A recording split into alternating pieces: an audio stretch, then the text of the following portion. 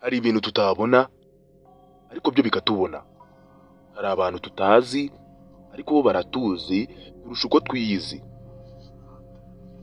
Uyu munsi ndakubwira ikintu kitari umuntu, kitari umuzimu, uzi niba ugendana nacyo, niba mubana cyangwa municaranye aka kanya. Iki ni ikintu kimeze nk'umuntu ariko biratangaje, nta sura gifite. Cyambaye agasuti cyo mwita costume, gisa umukara kandi kimeze nk'igicucucu cy'umuntu.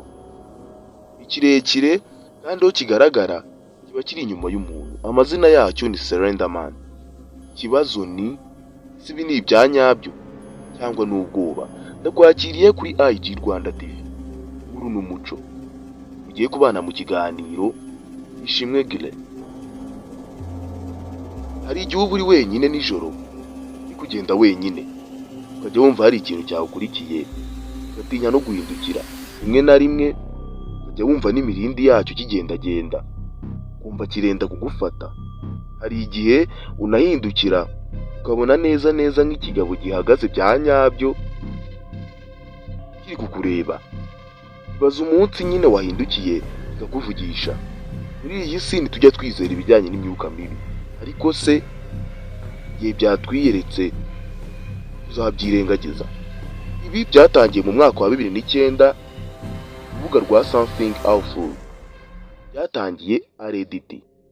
Tukivuga kuri Reddit, aho wicaye mu ntoki zawe ufite fone, ukunda kwifotoza ariko uko bagufotoye siko ifoto iguma.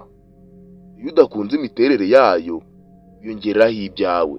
Ejo bundi nawukuriye ikiganiro kuri AI, Artificial Intelligence. Twakomeje cyane tuvuga kuri ChatGPT, ko niyo benshi bakunda gukoresha. AI ishobora kukwambika imyenda utagira, gutereka mu mijyi myiza nk'i Paris mu Bufaransa, ikakwicaza muri White House muri Amerika n'ahandi henshi. Ibi AI irabikora rwose. Ishobora kukugira uwo wifuza, ikakubaka, inzozi zawe ikazigira impamo biciye mu ifoto. Yakugira umukire uri umukene biciye mu ifoto. Yagutereka isahani y'inkoko imbere wiririwe ibijumba. Muri wa mwaka nkubwiye mu kanya wa 2009, urubuga rwa Something Awful abantu bajyagaho bagahindura amafoto, ariko urubuga ntabwo rwakoraga edit ihambaye. Umuntu umwe yashyizeho ifoto y'abana bikinira hanze, ariko inyuma yabo hari igicucucu kirekire kimeze nk'urugabo ariko munini, unanutse, ariko nta sura afite. Uyu niwe wari Slenderman wagaragaye bwa mbere, ariko ari Reddit. Ibi byatangaje abantu kandi bikomeza no gutangaza cyane kuko abantu batangiye no kumubona mu buzima busanzwe.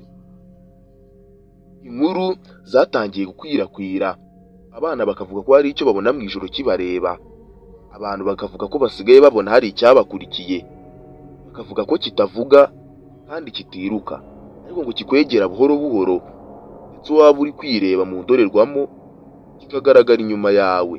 Ibi byarangiriye aha. Abantu batangiye no kubura, maze batangira kubyitira Slenderman, wa mugabo w'umwijima utagira isura. Si ukubura kw'abantu gusa. Mu mwaka wa 2014 habaye icyaha gikomeye. Abakobwa babiri bo muri Wisconsin, aribo Anissa Weier na Morgan Geisler, bakoze icyaha kibi. Anissa yari afite imyaka 12, Morgan afite imyaka 13. Aba bana bari inshuti. Batumiye inshuti yabo ari mu kigero kimwe ngo bajye gukina. Bagiye gukinira mu ishyamba ryari hafi y'iwabo. Bagezeyo, Morgan na Anissa bafashe mugenzi wabo baramuhohotera, baramukubita, bamuca ibisebe byinshi, maze bamutaho bazi ko yapfuye. Bw'amahirwe yaje kurokoka. Cyateye ubwoba ni impamvu bavuze yatumye babimukira mugenzi wabo. Bavuze ko bashimishaga Slenderman, wa mugabo w'umukaba.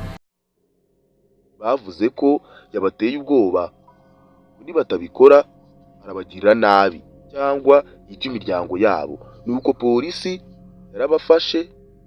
Abahanga mu by'imitekerereze bavuze ko aba bana barwaye mu mutwe, mental health issues, maze bacirwa imanza bajya kuvurirwa mu bigo by'abarwayi bo mu mutwe. Gusa abantu bibajije ikibazo bati, ese ni indwara yo mu mutwe cyangwa koko Slenderman umugabo w'umwijima abaho? Ku isi buri muntu agira imyizerere ye. Akenshi iyo bavuze imyizerere wumva Imana mbere na mbere kandi uranayizera. Ariko se niba wizera Imana ko ibaho, utizera ko n'imyuka mibi ibaho? Ibyo birumvikana, ushobora kubona ibintu bidahari. Ariko se umuntu uzibwira ko bidahari kandi bihari, bizagenda gute? Buri gihe hari ibyiza bibi biba bihari. Wowe senga, yambaza Imana, kandi ntugahakane ibyo utazi, kuko hari igihe ibyo utizera uzabona ko ari byo. Rinda ubwoba, ko nabwo bwarema ibintu bikomeye. Ubwoba bwarema ibintu, yizera ko ari byo kandi wabitewe n'ubwoba. Ubwoba ni ikintu kibi. Rinda ubwoba kuko bwarema ibintu bidahari, ukabibwira n'abandi nabo bagatangira kubibona, bityo ukaba muremye ikintu kidahari. Slenderman ni gutyo yaje. Slenderman ntabwo yigeze abaho, ariko na n'ubu abantu baracyizera ko ari ko yaremwe n'ubwoba. Ndagushimiye ko wakurikiye IG Rwanda TV, inkuru n'umuco.